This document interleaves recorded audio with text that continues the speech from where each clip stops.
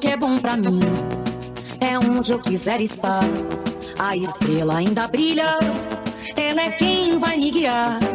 Ser guerreira é minha sina, batalhando pra vencer. Tenho voz pra ser ouvida, tenho sonhos pra viver. Não vão mais conseguir me anular, me calar. Ninguém vai me impedir de cantar e lutar. Seja em casa, no campo, na rua ou na praça. Chega de mordaça, agora eu vou falar. Porque eu sou mulher pra fazer acontecer. Eu sou uma delas, são elas por elas, ocupando os espaços de poder. Porque eu sou mulher pra fazer acontecer. Eu sou uma delas, são elas por elas, ocupando os espaços de poder. Acompanhe a segunda parte da roda de conversa com o tema Educação Popular e Feminismo. Participam Eliane Martins, educadora popular, e Sandra Sena, historiadora e mediadora. Olá, estamos hoje com a nossa companheira Eliane Martins. Estamos dialogando sobre educação popular na Semana da Educação. Então, Eliane, eu queria saber de você, a gente falou muito sobre como a educação popular pode organizar as lutas e tal, mas eu quero fazer o inverso agora. Como é que você acha que o feminismo influencia na construção de metodologias para a educação popular? E se tem essa influência? Eu acho que tem, mas vamos pensar um pouco sobre isso, então. Como que o feminismo influencia metodologias de educação popular?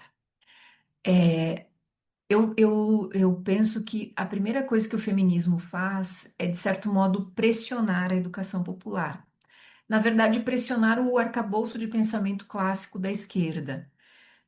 Nós viemos de longos anos, de séculos, discutindo que primeiro a gente precisa fazer as transformações econômicas, para depois fazermos as transformações no campo dos valores, da cultura, das relações de poder. Ou seja, a gente não mexe agora com o poder como ele está, porque isso não é o mais importante, e o mais importante é a nossa discussão de igualdade econômica e tá, tá, tá. Muito bem, esse tipo de raciocínio, essa lógica de raciocínio na esquerda clássica, ela praticamente nos trouxe até aqui e ela ainda está por aí, né? Não é algo que esteja completamente superado. E o eco dessa formação, dessa cultura, reverbera na estratégia política. Então, a pauta econômica é uma pauta, digamos assim, sempre tratada como se fosse uma questão em si mesma. E as outras, digamos, são pautas secundárias, menos importantes. O feminismo, ele vem, junto com as lutas anti-étnico e antirracistas, são agendas que vêm dizer não, né? Não necessariamente a gente tem que fazer uma coisa primeiro ou uma coisa separada da outra coisa. O Estas coisas. etapismo, né? Uma coisa das Etapismo, etapas. isso. Primeiro, aquela escadinha. Primeiro uma coisa, e aí vamos subindo rumo a um processo, digamos assim, emancipatório, que compreende a vida numa integralidade e tudo mais. A gente e o movimento feminista vai dizendo assim: não tem escadinha. É claro que tem também uma contradição na sociedade, e nos últimos anos muito forte também, que é uma, digamos assim, a interpretação do que é o debate identitário. E aí vem esse bololô todo que hoje a gente vive no debate do identitarismo, que aí foi para um outro lugar, né? Então, nesse bololô todo, as mulheres têm que se defender de um, de outro, e é uma luta que ainda ficou mais pesada para a gente ter que fazer, mas enfim, também a gente nunca teve lutas fáceis e momentos fáceis, e agora também não é diferente. Então Então, não de seria novo, luta. Senão não seria luta. senão não seria e nunca fica mais simples. Parece que a gente toda hora tem uma contra-ofensiva, um movimento que e confunde, que embaralha as coisas, né? E o nosso desafio nos últimos anos é trazer a luta do feminismo no lugar para dizer assim, nós temos que nós não temos que escolher entre a luta econômica e a identidade. Isso é um falso debate. O nosso debate é um só. Estas duas coisas estão combinadas e articuladas. Não é primeiro resolver a identidade também, para depois resolver o econômico. Não se trata aqui de eu ser reconhecida como mulher e continuar na miséria e superexplorada, né? Ou eu quero sair da miséria e continuar sendo desvalorizada como mulher. Não é essa discussão ou, não tem ou para nós. A nossa discussão é integral, é mais na perspectiva da totalidade que o próprio marxismo traz para nós discutirmos, né, como uma categoria que não é somar as partes, mas as partes em relação. Totalidade não é juntar na escadinha as coisas. Totalidade é pensar as coisas em relação. O capitalismo opera em relação à exploração nestas relações de superexploração. Ele precisa dessas identidades hierarquizadas, separadas, divididas, para operar a exploração. Então, não basta nós mexer no sentido, digamos, cultural, moral, de valorização, de status social. Dividir para conquistar, né? Desculpa te atrapalhar, mas é dividir para conquistar. Eles fazem isso. Total, total, total. Então, nosso esforço intelectual, político, organizativo é sair dessa casca de banana, sair desse lugar de uma falsa contradição, ficar querendo se justificar. Não, mas veja a pauta das mulheres, não, mas veja a questão racial. Cara, esse debate não nos levará para lugar nenhum. Não é escolher uma coisa ou outra coisa. Nós temos que levar as duas coisas.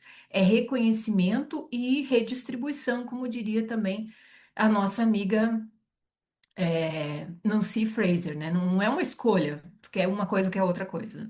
Isso é uma discussão do capitalismo, do machismo, do neoliberalismo. É a armadilha neoliberal para nos dividir, para nos afastar, para nós colocarmos uns contra os outros aqui. E aí, não é a classe, é a classe. Não, não é esse o debate. É a classe na sua integralidade. Essa classe tem sexo, essa classe tem cor, essa classe tem múltiplas, tem uma diversidade complexa e essa diversidade complexa é usada para a exploração rolar mais facilmente. Então, não tem uma discussão, uma coisa sem discutir a outra coisa. Essas coisas são absolutamente integradas, compõem o mesmo problema social. Portanto, nós estamos discutindo de enfrentar o capitalismo, o patriarcado e a estrutura racial. Essas coisas estão intrinsecamente emboladas. Não tem de discutir o trabalho e o tema, né, o capital trabalho, sem discutir que esse trabalho não é uma coisa uniforme, não é uma coisa homogênea, não é uma coisa igual, não é tudo igual. Agora, todos nós estamos sim sendo explorados. Agora, em níveis, condições, situações diferentes, as quais têm que ser incorporadas agora, e não daqui um século, não sei quando, uma revolução incrível, mágica vai acontecer com homens incríveis, fálicos, lindos, tomando o poder do palácio, numa coisa assim, numa cena cinematográfica muito masculinizada, né? Para o deleite dos revolucionários. Então, revolucionários queridos, podem ir para o divã, podem fazer terapia, podem resolver isso de outro jeito, assim, mas não embola isso pra cá, que não vai rolar, né? É, Então, não vamos sair do lugar, né? Não, e assim, acho que isso traz uma reflexão, assim, que alguns autores trazem sobre que a classe não é uma categoria estática também, né? Inclusive, é a nossa identidade. É um fenômeno desse sistema que nós vivemos. Não é uma categoria estática, não vai existir para sempre como existe. O trabalho existe e existirá, não acredito no fim do trabalho. Mas a classe trabalhadora, essa divisão social, né, entre trabalhadores e burgueses, ela existe porque ela é um fenômeno desse sistema que nós vivemos, né? E aí parece que não é parece que classe não é uma identidade nossa. Não, nós somos classe trabalhadora, isso também é nossa identidade. E a nossa identidade é complexa. Ela é classe, ela é gênero, ela é raça, etnia, é diversidade sexual. É como você falou mesmo, é complexa. E acho que talvez os revolucionários que sempre sejam brancos homens e sentados em suas cadeiras escrevendo sobre a revolução, não consigam perceber que a rua, né, que eu acho que a rua é um delineador muito grande da sociedade brasileira. Ela consegue dizer quem faz parte desse fenômeno, né, da classe trabalhadora e quem não faz parte. Aí talvez precise se reconhecer um pouquinho nas ruas, nos movimentos, nos conselhos. Eu adoro trazer os conselhos de participação social, porque eu acho que é uma grande conquista para a gente, né? E que leva muitas dessas nossas demandas das identidades. Acho que a gente conseguiu dar um passo diferenciado. E muito obrigada a vocês que vieram antes, nossos companheiros e companheiros que estão assistindo, né?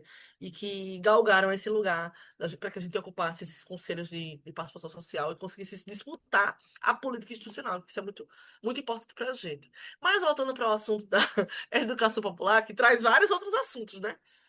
É, Que desafios você percebe na implementação de práticas de educação popular feminista em espaços formais e não formais? Quais são esses desafios? Tantos. É uma lista, é uma lista tremenda, né? Por onde podemos começar? Eu acho que a prática da educação popular, nesse especial contexto que nós vivemos, que é o contexto assim que nós estamos há mais de 20, mais de 30 anos no Brasil, no mundo todo, mas enfim, vamos falar do Brasil, vivendo sob a égide, né, a força do poder das ideias neoliberais, que por sua vez produz uma cultura política.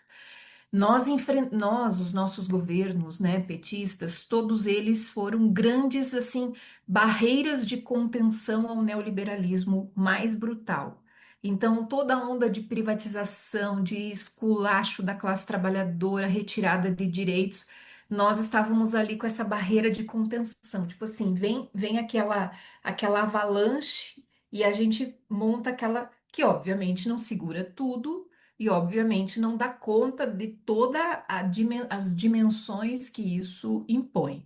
Seguramos uma parte da violência econômica, né, e fomos socorrer aqueles que o capitalismo jogou para fora do mundo do trabalho, com a política social, botando de pé os SUAS, enfim, mil coisas foram acontecendo nesse sentido de segurar a barbárie do sistema capitalista.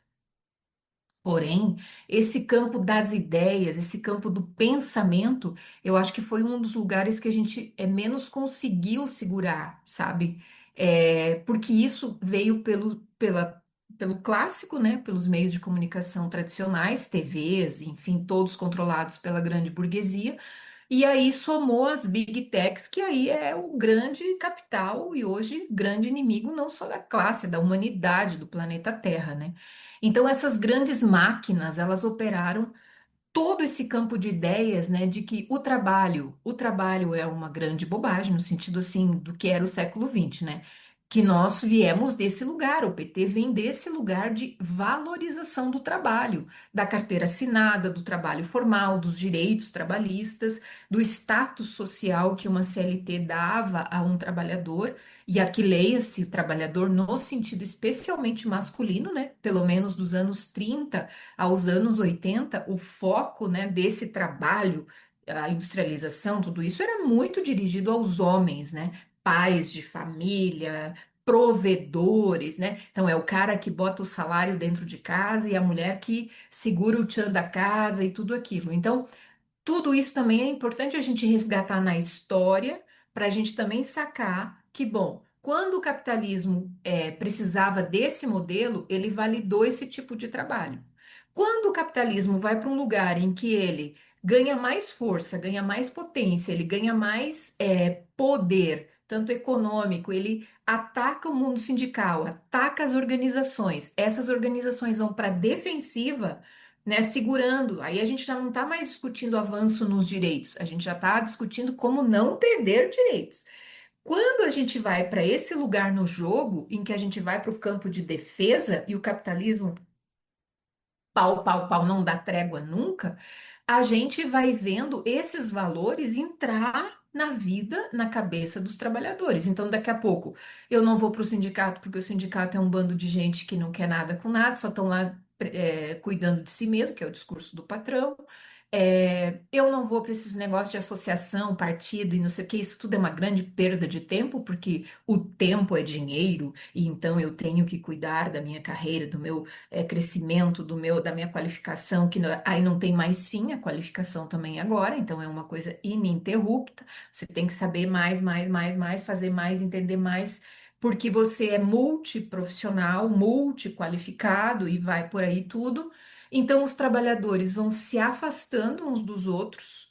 Todos os espaços de socialização, troca, nosso intervalo, o nosso almoço, a nossa, digamos, o nosso cafezinho, né? Nas relações de trabalho vão sendo consumidos e tragados, né? Então, até tem o cafezinho na fábrica. Vai ver, vai conversar com os trabalhadores da fábrica. Tá lá o cafezinho, inclusive chique, bonito, com uma máquina incrível, café legal e uma câmera de vigilância. Quando eu vou conversando com os metalúrgicos, aí minha pesquisa no doutorado especialmente foi a transição de identidades dos, digamos, operários metalúrgicos para colaborador, né? Peguei o caso, pesquisando lá no Rio Grande do Sul, fui identificando assim que o cara dizendo, bom, eu não posso no cafezinho, no meio da fábrica. Quando eu estou dialogando com o cara do sindicato, assim, a gente pode estar conversando de futebol. O meu chefinho vem no meu ouvido e dizer: que papinho que tu tá lá com esse cara do sindicato? Que você tem de, que assuntinho você tem com ele? Então, assim, o capitalismo foi consumindo, foi colonizando todos os nossos espaços de socialização, de troca, de diálogo, de conversa, e nós fomos esfriando e nos afastando e nos individualizando. Então, quando a gente chama hoje que tá todo mundo individualizado, cada um na sua, parece que isso é milagre. Não, gente, isso é uma construção social. Isso é cheio de detalhes de como isso foi É acontecendo um para projeto. nós. Isso é um projeto de poder. E se nós não conhecemos isso, não entendemos isso, a nossa tendência é julgar o nosso companheiro trabalhador que não sacou aonde que a bola foi parar no jogo, sabe? E que acha que quando ele fala, né, que tá lá no Uber e não tem patrão, a gente já quer logo bater na cabeça do cara. Cara, você tem um patrão fudido que tá te explorando, sacaneando, e aí a gente perde o pedaço interessante e rebelde da fala dele, que é eu não quero patrão. Por mais que ao fundo tenha uma falsidade nisso, no sentido que ele tem patrão, ele não é livre, ele não faz o que quer exatamente, mas ele está insinuando uma coisa que é progressista, que é libertadora. Cara, eu também não quero patrão, mas ninguém quer patrão. Pelo menos esse patrão escroto que é o patrão brasileiro, que é oriundo da Casa Grande Senzala, que é aquele cara que, se pudesse, baixava o relho no nosso lombo. E sempre que pode, ele vai lá no análogo ao trabalho escravo e faz a sacanagem total. Então, minha gente, os desafios da educação popular hoje é enfrentar essa realidade mascarada, esse trabalhador muito alienado, esse trabalhador que não tem tempo de conversar, esse trabalhador que está alucinado, correndo loucamente para pagar boleto, para pagar as contas, para virar um mês, para pagar o cartão de crédito, com o qual boa parte do gasto do cartão de crédito dele é com comida no supermercado.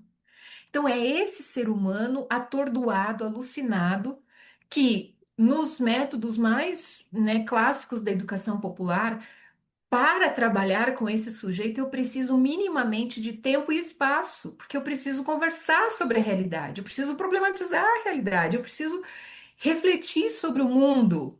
Mas em que espaço, em que lugar, nessa correria alucinante que nós estamos? Então, mas assim, Eu não sei se é o primeiro ou o segundo, mas é assim, é porque ele é um desafio e um limite estrutural hoje, que é antes de discutir com as pessoas, a gente precisa abrir uma clareirinha de tempo e uma pausa.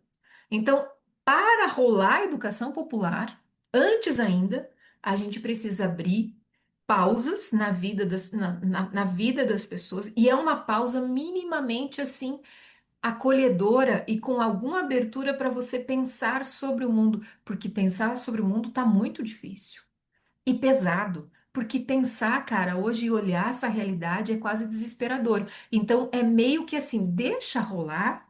Inclusive, me dá um medicamentinho aí que eu possa dormir e nem ficar pensando muito sobre isso, e no outro dia tocar tudo igual de novo, até que alguma coisa, não sei qual, aconteça. E enquanto isso eu vou sobreviver. Então a classe trabalhadora entrou no modo sobrevivência, que não é pouca coisa, e lutar e bancar isso já é um esforço tremendo. E nós, para politizar como um partido, enfim, a organização crítica, o lado crítico dos trabalhadores, a gente precisa desse espaço. A gente precisa dessa pausa. A gente precisa dessa respiração. E aí, Sandrinha, sinceramente, eu acho que é aí que tá, assim, nós temos que olhar um pouco sobre isso, pensar sobre isso, criar espaços para isso, espaços mais leves, sabe? Se tá todo mundo muito cansado, muito sobrecarregado, a gente, olhando para nossa condição de mulheres, propor coisas para as mulheres, propor rodas, sabe? Que tipo de roda? Que tipo de condição? Que tipo de papo? Que tipo de. Que afago vai ter ali? Sabe? Que chazinho vai ter ali para dizer assim: tem outras coisas na vida que não só se lascar toda, sabe?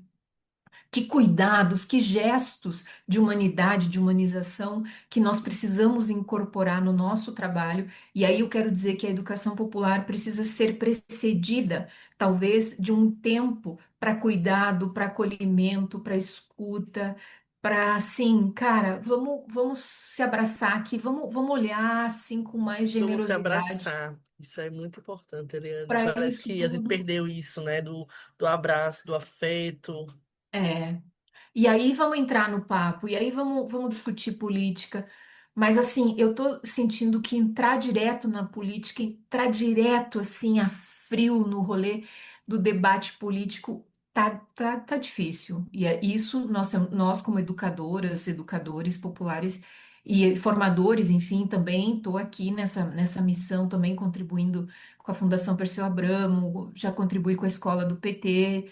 Quer dizer, nós temos obrigação de olhar para isso e de, como formadoras, formadores, pensar sobre isso. Isso está gritando na nossa cara e nós precisamos incorporar. E isso não é menor.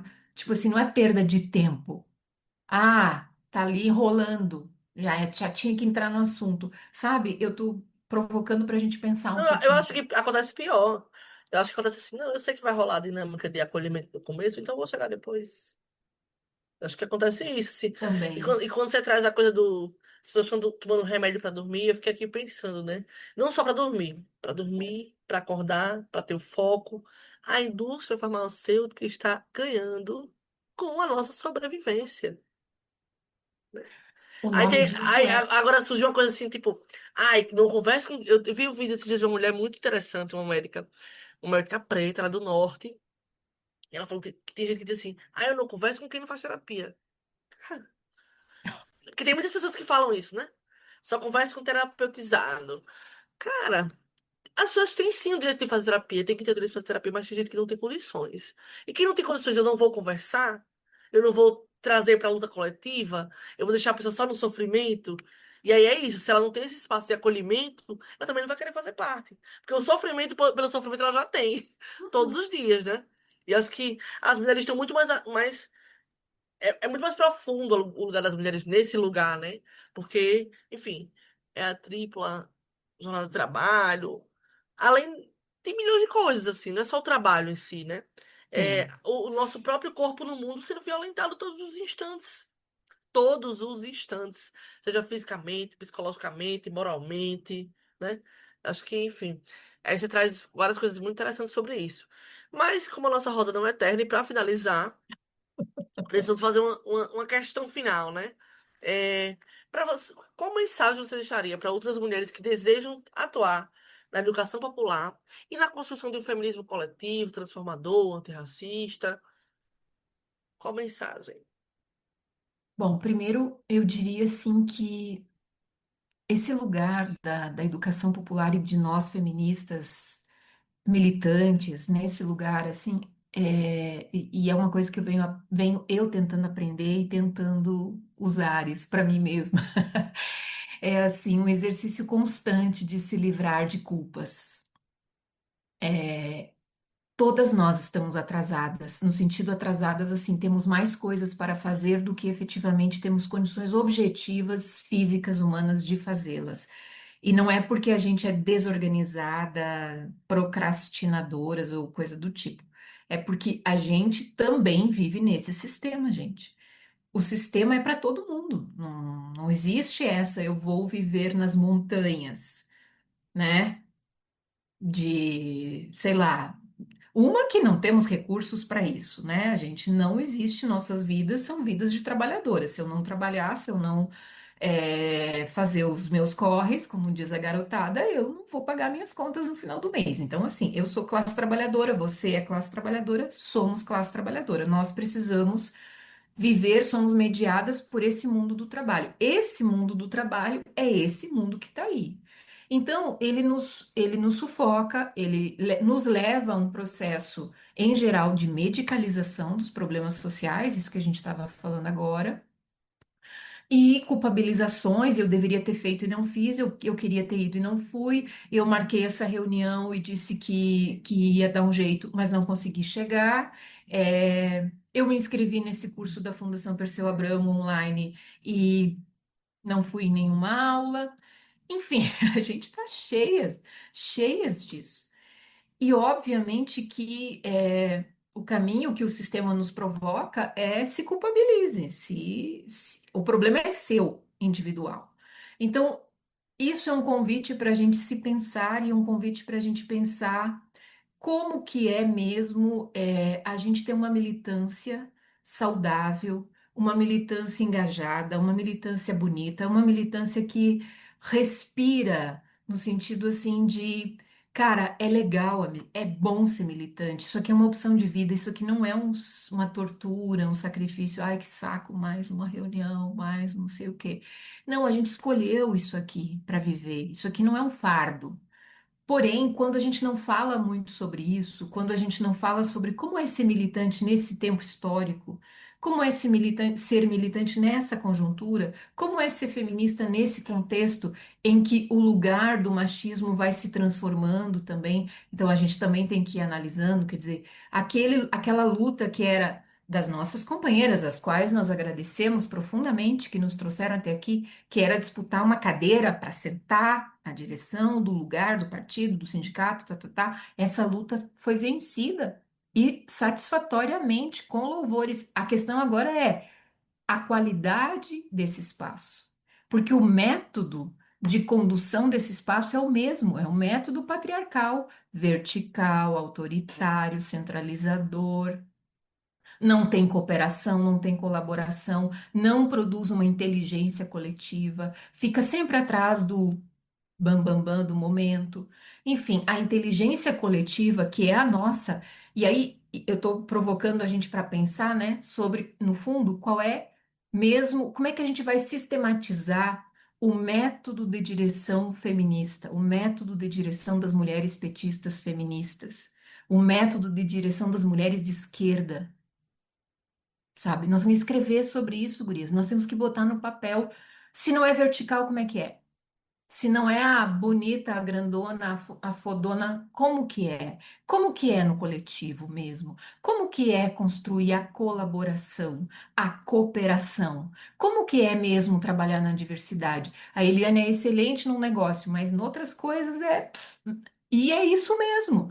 Mas a Sandra é ótima naquilo que a Eliane não é. E aí vamos. E como é que é compor na diversidade mesmo? Porque a gente quando que a gente foi educada e ensinada para fazer isso, garotas? Nunca, nunca. É nós que temos que trazer isso para a consciência e ao irmos nos deparando com isso, construindo como que é fazer isso. Ou seja, queridas, no fundo, eu estou provocando que a gente, digamos assim, também inclua, né, além de desculpabilizar nossas coisas, de não conseguir isso, não fiz aquilo, e tudo bem, tá tudo bem, nós, na verdade, incluirmos essas questões. Como que a gente vai construir uma militância integradora, integral, saudável, e não maluca, adoecedora e frenética e maluca, tipo neoliberalismo?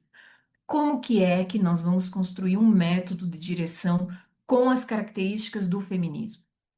Nós temos que sistematizar essas coisas. Isso, para mim, isso é parte de um esforço de inteligência coletiva que nós temos, mas que nós temos que botar mais luz nisso, botar mais intencionalidade nisso, botar mais energia nisso, para nós sacar as coisas muito legais que já estão por aí, mas que a gente precisa jogar um foco nisso para ver e sacar que, cara, nós temos coisas muito legais para fazer no próximo período, bem legais mesmo. E temos tudo para fazer isso. Portanto, queridas, coragem para nós e vamos em frente, porque a gente só tem que consertar o mundo, tentar salvar esse planeta antes que ele nos jogue para fora dele, porque, né, ele não, ele vai continuar. Nós aqui estamos aqui enchendo o saco e ainda, né, dar uma ajustada nos parafusos dessa humanidade. Né? As coisas assim básicas que a gente tem para fazer. Então, discutir método e como faremos tudo isso sem pirar, sem enlouquecer, sem adoecer, é bem importante. Gente, assim, Só isso. é esse o caminho. É esse o caminho. Precisamos muito dos abraços para poder construir as respostas para eles. Porque eu acho que sem esse abraço é impossível construir essa resposta, sabe, Helena? Porque você traz coisas muito, muito importantes sobre esse lugar do acolhimento mesmo. Ele não é bobagem. Ele é o nosso grande desafio. Tá aí, né? As pessoas estão adoecendo, adoecidas e adoecendo outras pessoas também. E a gente não pode ser esse vetor de adoecimento. A gente Não. precisa ser quem bloqueia esse adoecimento e constrói um mundo coletivo, com dignidade, enfim. O Isso não quer dizer. nosso projeto é bonito. É de beleza, como diria Rosa Luxemburgo, eu luto Com pelo bom, certeza, pelo justo, pelo melhor do mundo, gente. com Então, como que certeza. isso é feio, adoecedor, cansado, sem graça, esgotado? Não. Como que eu luto pelo belo, pelo justo, pelo melhor do mundo? É isso. Não, gente, eu não tenho nem mais o que falar. Só agradecer, Eliane. Assim, foi uma honra fazer essa conversa com você. Espero que a gente possa fazer outras conversas, porque esse assunto ele precisa ser é, trazido de várias vezes, várias formas, sabe? Repetidamente, para que a gente se convença. E convença não só o nosso partido, mas também outros partidos, outros militantes de outras organizações sociais, que a gente não precisa se adoecer nesse processo de. Né, de construção coletiva. E de que a construção coletiva ela precisa de fato ser coletiva, né? Eu acho que você trouxe coisas muito importantes. Então, agradeço imensamente a Eliane, agradeço a todas as pessoas que nos assistem, a toda a equipe da TV Elas por Elas e até a próxima.